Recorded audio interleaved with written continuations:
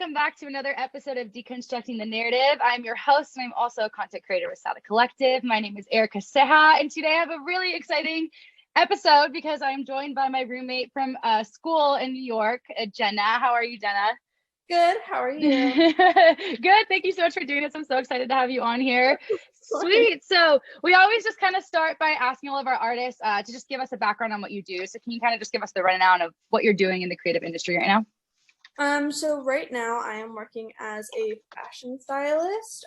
I work on editorials for magazines. I do some celebrity dressing sometimes, and I also do commercial ad jobs. So like advertising, literally commercials and like stuff like that. Mm-hmm. And can you kind of like give us a rundown on like how you kind of went into this path and kind of like the narrative that you're kind of trying to tell with this craft that you're working on right now? So let's see. I started doing this like 3 years ago. I started as an intern with a stylist named Alicia Lombardini. I still work with her on some stuff sometimes. And then after I was done interning, she made me her assistant.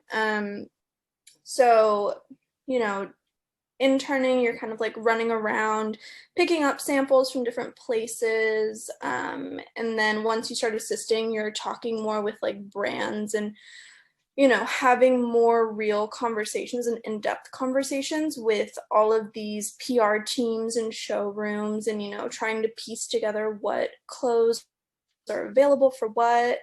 And now, you know, I'll still do that for her, but on my own, you know, I do that as well, but it's also about thinking about, you know, what concept you're doing and what collaboration you're trying to portray with the photographer, with the model, or with the client. Mm-hmm. It's, you know, all about just kind of mixing these different ideas that everyone has together and kind of creating like that seamless end result. Mm-hmm. And I kind of want to dive a little deeper into, I guess, because you know, I know we both know kind of how different the art industry is in New York versus LA, which a lot of people who will be watching this are in LA. So can you kind of give us the rundown on how you navigate being a creative in New York specifically? Because I feel like New York, everybody's very established. Like most people who work as creatives in New York kind of have a really extensive background and are really like just, you know, established within the creative industry. So it's a little bit tougher definitely to kind of get your way in there. So how you kind of navigated being a creative in that environment? Well, so it's definitely about who you know, about just the ways in which you kind of meet people and talk to people. I have met a lot of people by having the ability to be able to go to like New York Fashion Week. That was something that I was introduced to by being an assistant. I would go on behalf of my boss for, you know, numerous shows. You're just running around, but you're also meeting people because you're sitting next to people that you don't know. Like you don't get to choose your seat, you know? But it's also just these intimate relationships that I have with these people that I email on a daily basis. But then, you know, also my boyfriend, Alex, he also works in the creative space. So like his friends, my friends, you know, we're all working together. But in New York, yeah, it's definitely about knowing the right people. And also, you know, that establishment that you were talking about is very much like a big thing here. If you want to do like the Vogue or the whatever, you have to have been doing this for a very long time. Like there's no ifs, ands, or buts. Like it's just not going to happen unless you've been around for a while.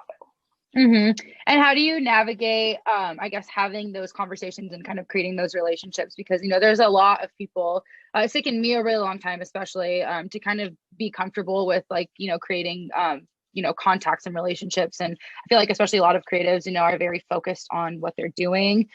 So, you know, the other aspect to it, which is that communication and collaborative aspect can come kind of difficult. So from being there, what could you lend as advice in that era? Like in that area in terms of like, I guess, just how to collaborate and how to like network and stuff if you are a little bit more reserved? Well, so, I mean, okay, for the biggest thing for me, like I think Fashion Week is definitely like a really good opportunity. I know it's hard to do it when you're not in like Paris, Milan, New York, London, like whatever.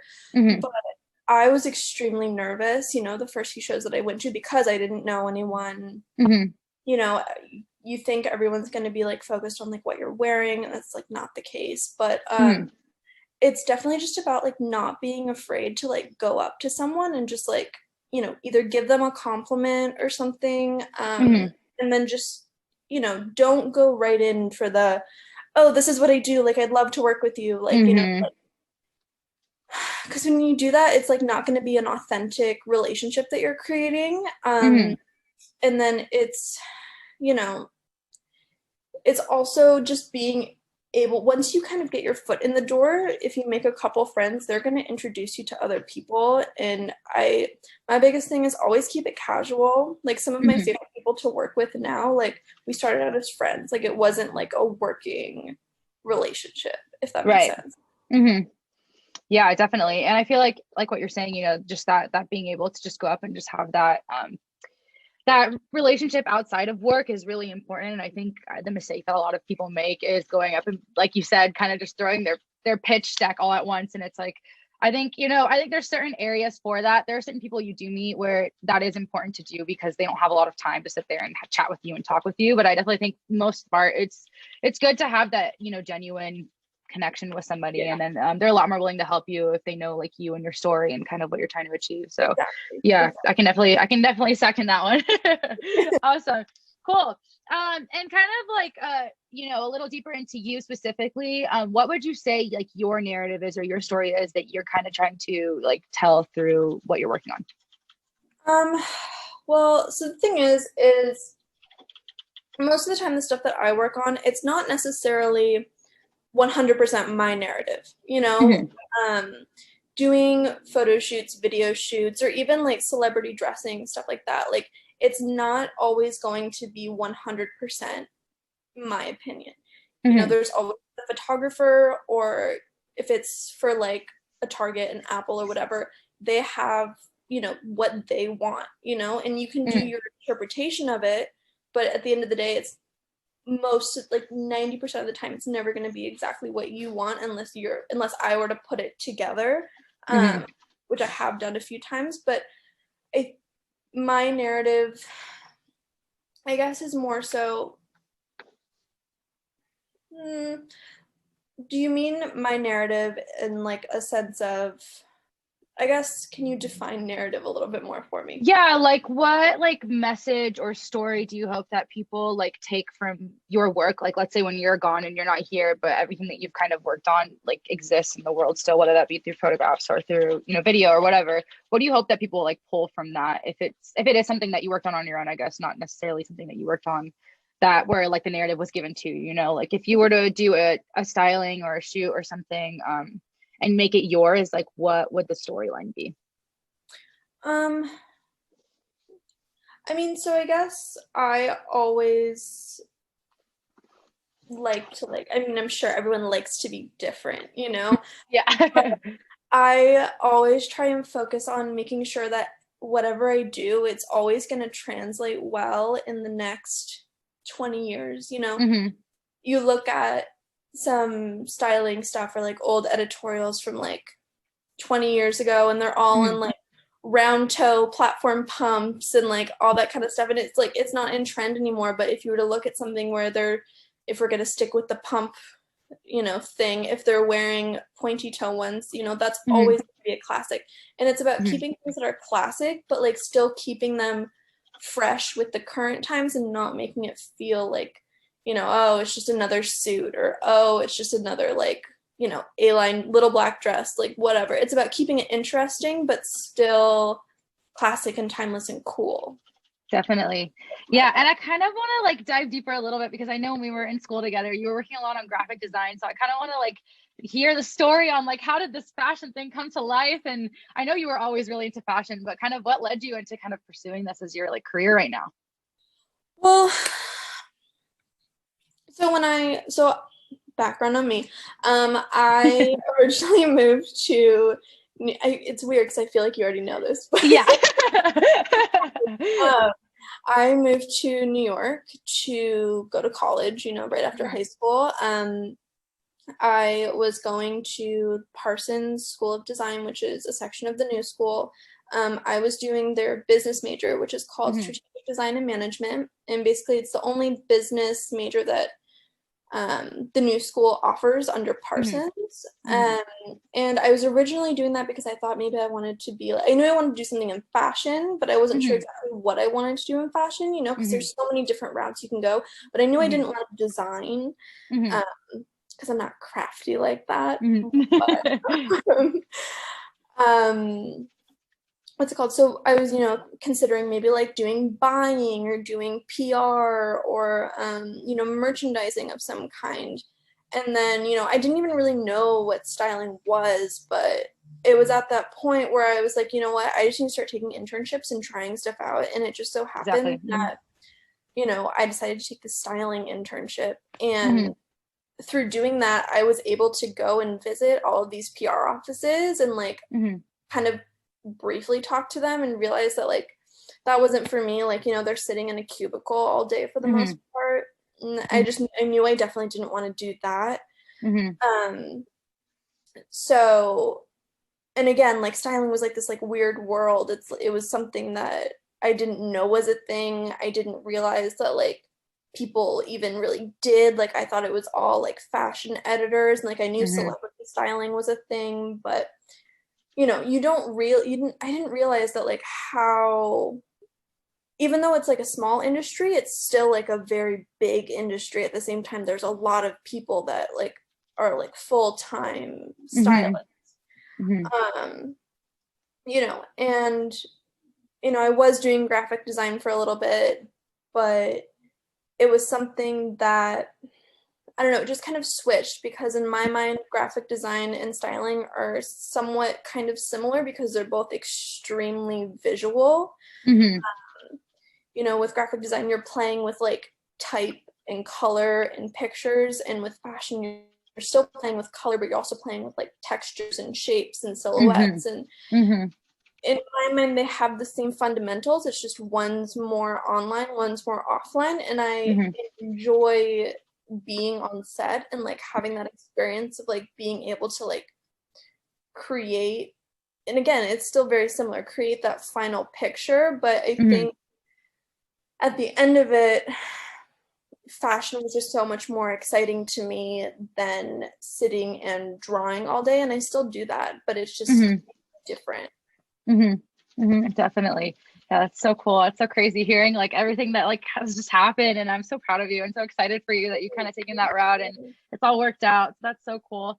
Awesome. And then I guess moving on a little bit more broad, but what role would you say an artist plays in society as a whole? Because we've been talking a lot about the fact that people don't realize that creatives are literally penetrated into every single other area of everything, and I mean, I know in New York that's definitely much more prevalent, or somewhere like LA too, it's much more prevalent. But for people who are in other states or somewhere else in the world, it can be hard to realize, but you open your laptop when you watch Netflix and that show is someone's work of art, or you put your earphones in and you're listening to music while you're doing homework and that's someone's work of art, and you drive down the street and there's a billboard and that's someone's photo, that's someone's art, you know what I mean? So I really want to kind of dive deeper into what you believe an artist, or what role you believe an artist plays in society as a whole right now.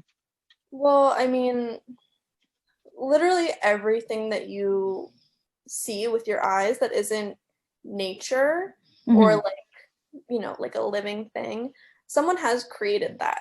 That is a creative person, whether it's a building, an architect thought of that. If you're looking at a paved street, a city planner thought of that.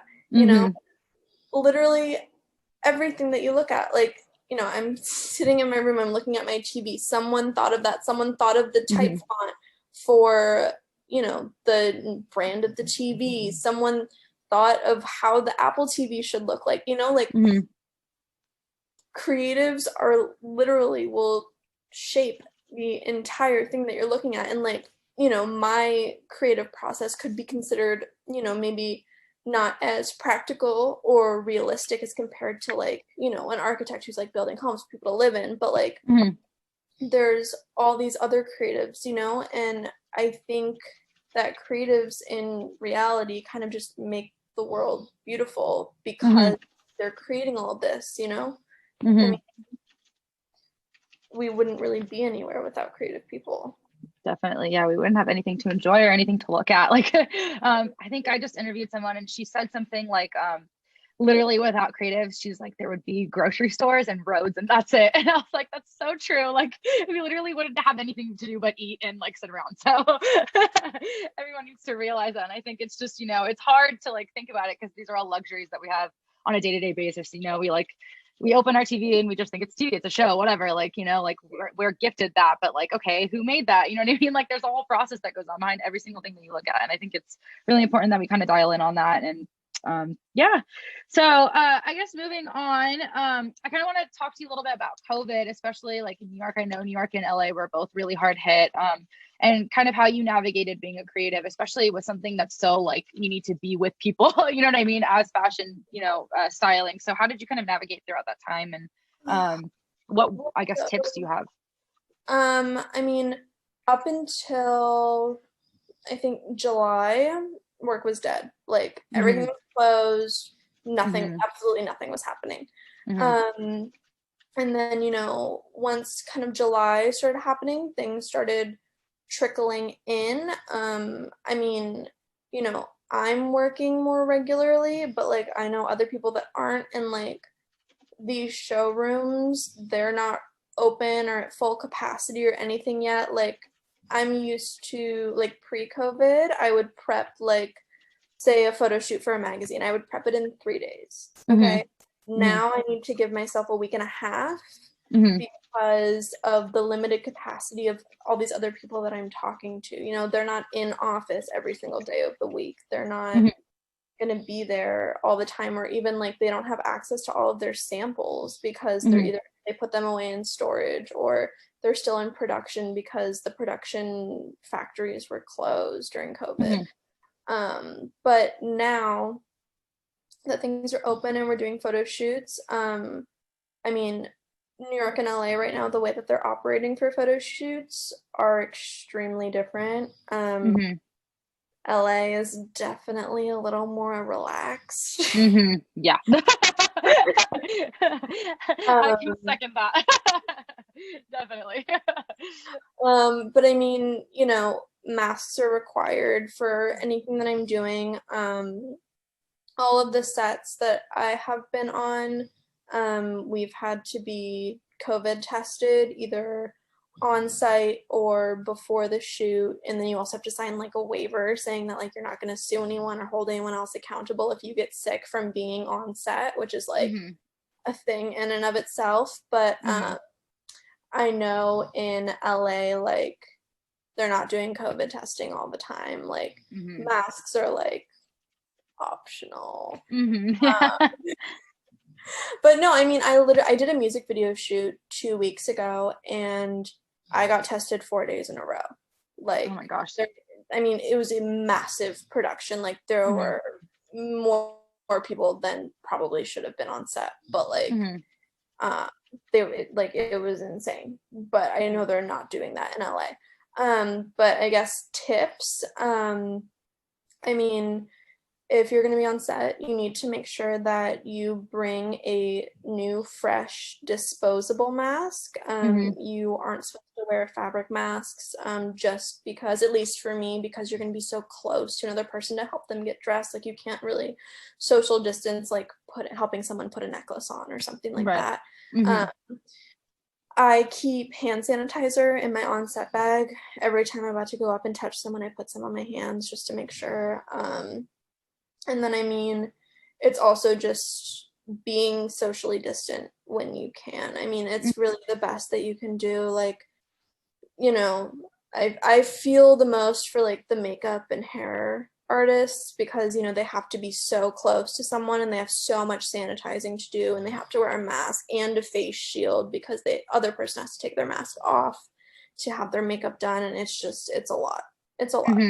But I mean, we're navigating it. So yeah, that's good. Yeah, I feel like things are finally starting to like go back, especially in New York. It's funny because like the reason that LA is so behind right now because we're still pretty shut down, but I think it is because of the fact that nobody is wearing masks. Nobody's listening, so we're just stuck in this hole, this never-ending hole. So like, I think anyone listening, take tips, put your mask on so we can get to the New York level, because like, wear your mask. yes. Let that be the one thing. Wear your mask, Yeah. wash your hands. Yeah, especially as a creative, because like, I don't know, a lot of industries in the creative realm are struggling because like a lot of them you need to have in person. Like I know for us as well, we're like really wanting to do like events and get artists together to do this whole collaboration thing, but it's hard to do that right now. Literally we can't. So it's just like we need to kind of like put in the work so that we can get back to normal as much as possible, as normal as it'll ever be, because we're suffering. Yeah. No, it's crazy. I did a photo shoot. It was for a client in LA, and I'm not going to get on a plane right now. And so I literally did it over FaceTime. I styled the whole thing over FaceTime. I hired an assistant out in LA. I had 3 monitors set up, and I was literally just telling her what to put on him, how to tie it. It was a lot.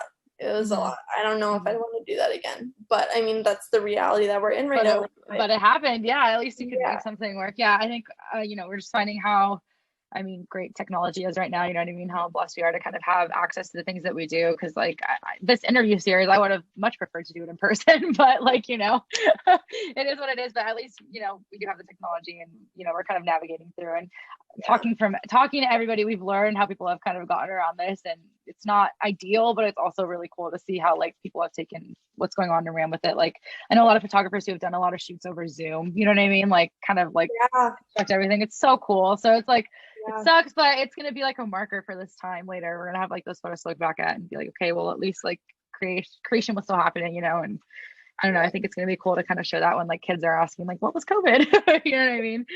So yeah. Awesome. And then what is something that I guess now that you wish you would have known like back like 4 years ago or 3 years ago, like something as like a younger creative, like just going into college, like that you learned now that you wish you could have like given as advice to your younger self? I think my biggest thing would be, don't be afraid to make mistakes, but make sure you learn from them. If you do make mistakes, the fashion industry is known for being brutal. I lucked out with having a mentor that was very cool-headed majority of the time, but I know a lot of people that work in this industry where their bosses will just go off, and it's about also realizing that it's not always your fault. Sometimes it's their fault and they're just upset, and it's about not taking it personally, not taking anything personally, like critiques, anything like that. Like if you tried your best, then that's enough, like it's not about overextending yourself. Definitely.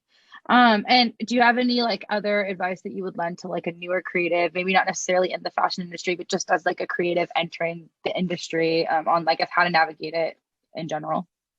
In general, I would say don't be afraid to put yourself out there. Don't be afraid to, kind of meet as many people as you can. And then also make sure that you're not letting people walk over you as well. I know a lot of young creatives, myself included, when you're first starting out, you will do anything to get your foot in the door, which is great.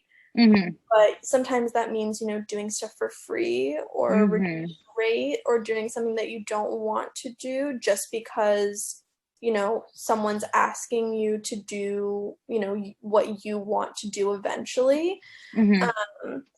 Sure, do those things for a little bit, but eventually you need to realize your worth and your value, and you need to make sure that you're not allowing people to take advantage of you, and make sure that you are able to stand your ground. If someone has a problem with your rate or what you want to do, then that is not something that you want to be working on. You should not have to fight, to be paid an amount that you're deserved. You know, it's one thing if it's like a super small budget shoot and, or, you know, whatever, super small budget, whatever.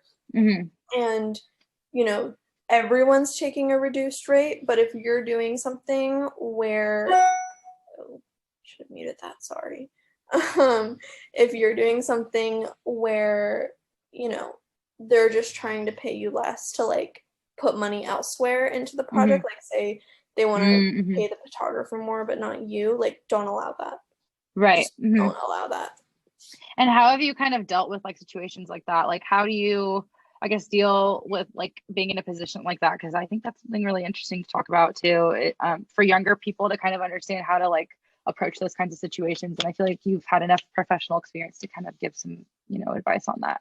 Yeah. So, I mean, it definitely all comes down to, for me, it depends what kind of job it is. Editorial photo shoots, no one gets paid for those. You just get your expenses reimbursed for you, which I have a feeling not a lot of people know, but yeah, I didn't know that. Yeah, no, photographer doesn't get paid, model doesn't, no one gets paid. It's literally just to like, showcase your work and like do it in an artful way, or like a more way than if you were to dress like a celebrity or do like ad campaign. But when it comes down to it, one, it can sometimes be helpful to either have, you know, I know when you're starting out, it's kind of hard, but like if you have someone that can kind of act almost like a business manager, so that way you don't have to have those direct conversations, that way you can focus more on the art, you know, whether it just be like maybe even a friend in college who's like studying business, you know, just say like, hey, I'll throw you like a certain percentage of whatever rate if you just negotiate it up for me, or something like that.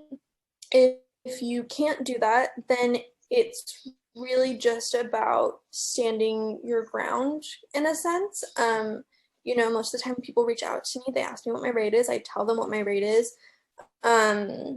If they're telling me that they can't afford it, you know, sometimes if it's something I really want to do, I'll go down a little bit, or if it's like a favor for a friend, I'll go down a little bit. But if not, then I typically tend to say no. And I think people also have to be comfortable with saying no. If whether it's something that, you know, they don't want to work on, you know, and they're considering doing it maybe just because they think it'll get their foot in the door, but it's not something that they think will authentically showcase their work. Or if it's, you know, you're not being compensated for your time properly, you know, for stylists, on any specific job, I will prep anywhere from a week to a month, you know, like you can't, you have to think about that while you're pricing stuff out, you know, like I'm not going to charge just for the shoot dates.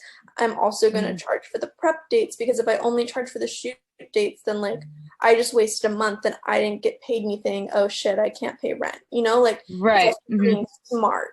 You have to be smart and make sure that you're charging accurately. And, you know, that could also mean that you're, you know, talking to other people that are on the same level as you. Ask them what they're charging. You know, if you can't figure out your rate, you know, talk to other people. Talk to people who aren't doing the same thing that you're doing but are still in the creative field. Like, you know, I asked photographers before I decided what my rate was. Like, you know, can you tell me what other stylists have, you know? And then, you know, kind of just figured it out based on, you know, my experience, what I offer, what I can do, all of that.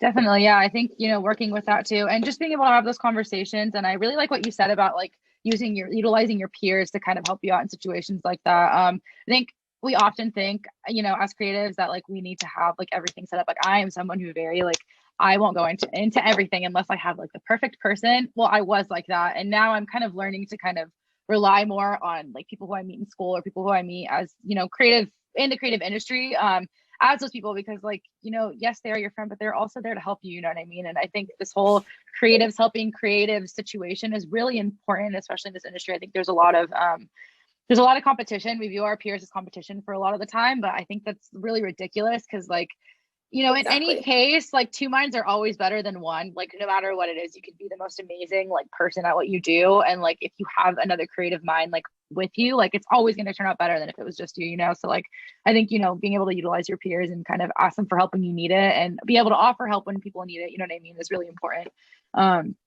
Yeah, especially right now, you know, with everything that's going on, I think, you know, we're missing out on this like face-to-face collaboration. So being able to collaborate, you know, via online or via whatever, is really important right now, especially to get like our voices heard with everything that's going on in the world, not only with COVID, but with all the social injustices and everything. It's just really important to kind of rely on each other and kind of help each other out right now. So yeah, definitely. And then is there any like sources of inspiration? Like, do you have any like favorite stylists or designers or anything that kind of inspire you on a day-to-day basis?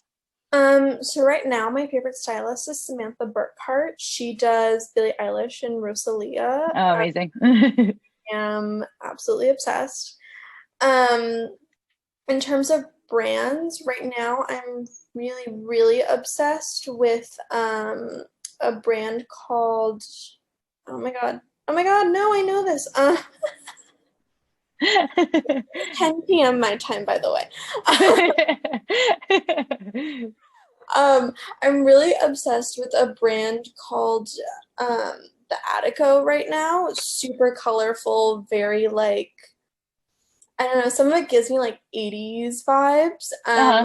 Also really obsessed with Autolinger and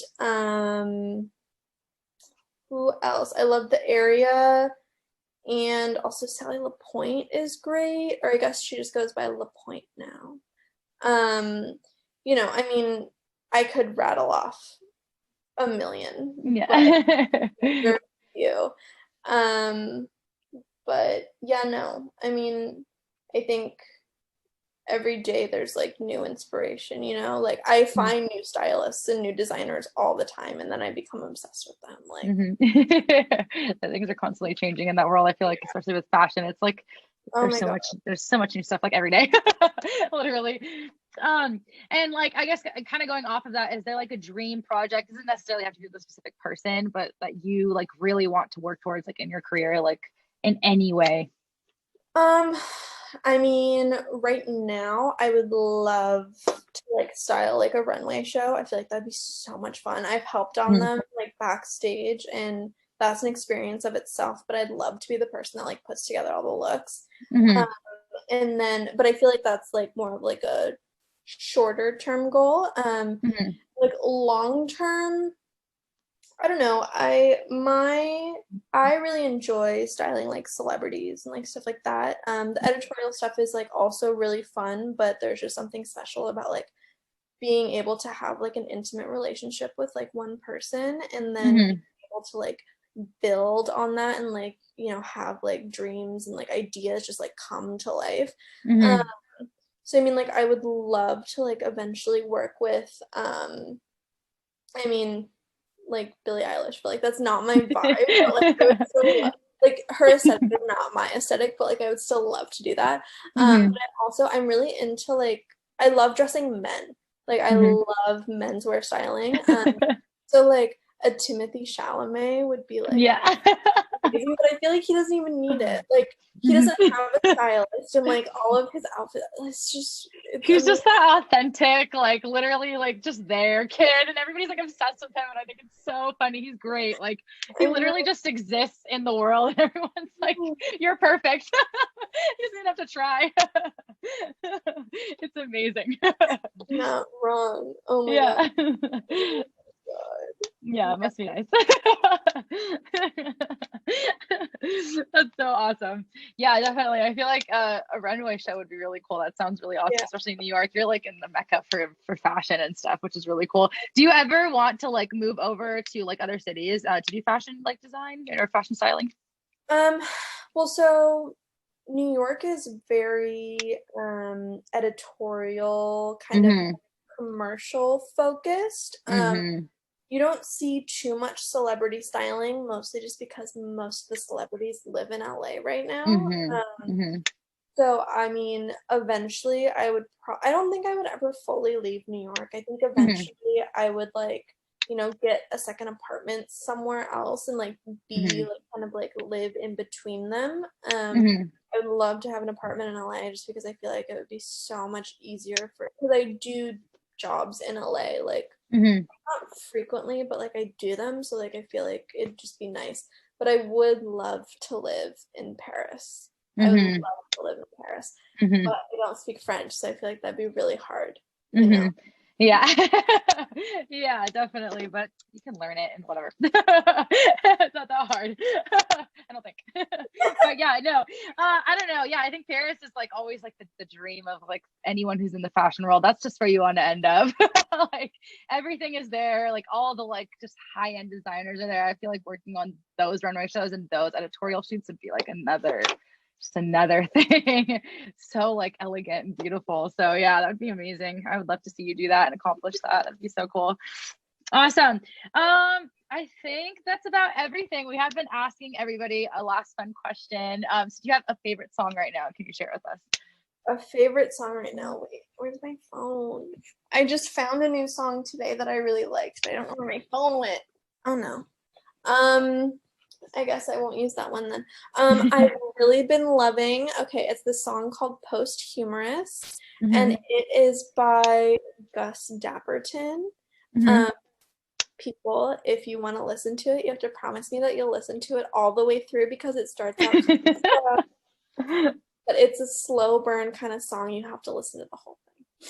Well, I'm gonna have to check that out. I like have been asking everybody this, and I'm like completely planning on making like a playlist and adding them all. It's gonna be like all over the place. I think it's gonna be so dope at the end of this, just to be able to like put that out there and have everybody listen to it and stuff. So awesome. Yay. Well, Jena, thank you so much. It's been so much fun catching up with you, and I'm so glad I was able to include you in this. And I think, you know, it's kind of crazy hearing how things like just progress, like especially in New York. I feel like your mind is so far ahead, like for like the years that you've kind of been working, because you just get thrown in New York. Like I just remember being there, even I was there for like what, a year and a half, 2 years, and like I literally feel like I was like thrown into something so quick. So I can't even imagine, you know, you being there for it's been what, 4 or 5 years now that you've been there. It's been 4 years, yeah. Yeah, and like, you know, it sounds like you're just like so ahead. It's just so advanced and so moves so quick. So it's so cool to see that you've kind of been able to work with that and make it happen. And I'm really, really proud of you. I'm really excited for everything that you're going to do so far. So thank you for sharing your story with us. I know a lot of people are really going to be excited to hear.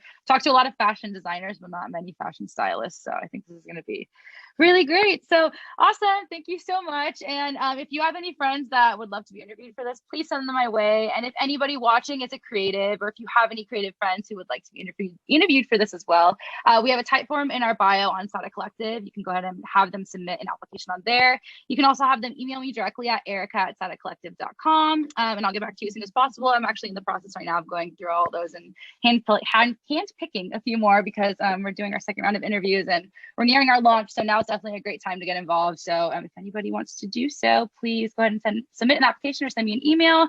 And other than that, thank you so much for watching, and thank you, Jena, again. And I look forward to another episode. Bye.